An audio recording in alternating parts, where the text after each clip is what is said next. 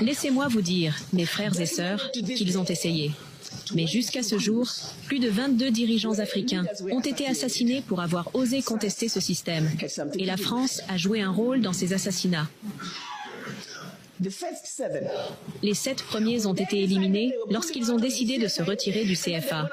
Et ensuite, ces dirigeants africains, qui tentaient d'imprimer leur propre monnaie, ont été assassinés. Chaque fois qu'un leader africain essayait de faire ce qu'il y avait de mieux pour son pays, il était éliminé. La majorité de ces assassinats ont été facilités ou directement orchestrés par la France.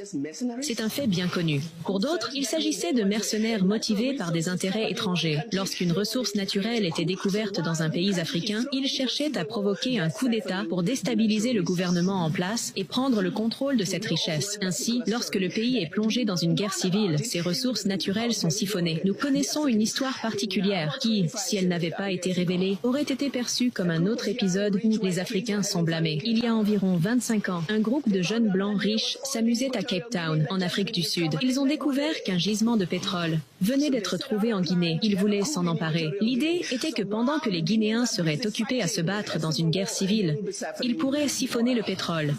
Cependant, ils ont commis une erreur. Il y avait 2 volets à leur plan. Un groupe devait partir d'Afrique du Sud, faire une escale au Zimbabwe pour récupérer plus de munitions, puis poursuivre leur route vers la Guinée équatoriale. 2. Pendant ce temps, un avion transportant une marionnette de la diaspora, désigné pour devenir le futur président du pays, devait décoller des Caraïbes.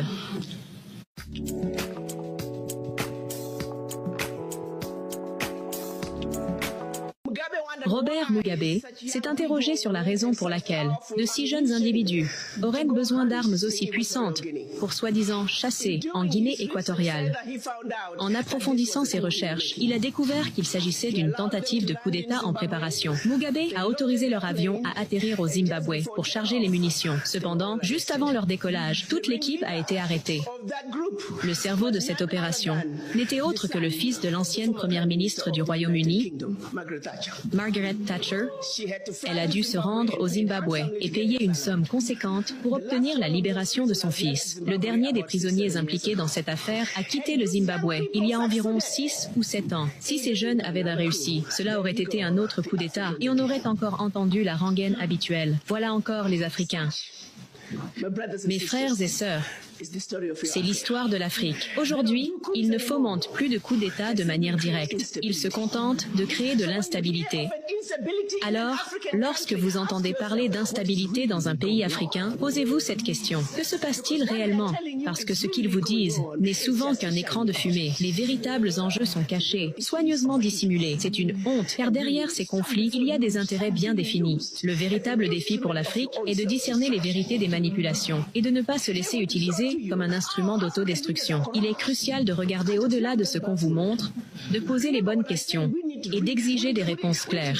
Car c'est ainsi que nous pourrons briser les chaînes invisibles qui nous retiennent. Les dirigeants africains sont corrompus. J'adore ce mot à la mode. Et souvenez-vous de ce que j'ai dit. Nous devons redéfinir certains de ces termes pour eux. Voulez-vous vraiment savoir ce qu'est la corruption? J'aime réfléchir à cela. Et je vais parler des femmes noires d'ici. Comment se fait-il que mon peuple fasse cela? Lorsqu'une personne porte une mallette contenant 50 milliards de dollars, soit ce qu'on dit être le montant qui sort d'Afrique chaque année à cause de la corruption. Et au fait, on ne vous dit que 50 milliards sortent d'Afrique, mais on ne vous dit pas où ils vont. La corruption est un sport d'équipe. Nous voulons tous les joueurs autour de la table. D'accord, bien.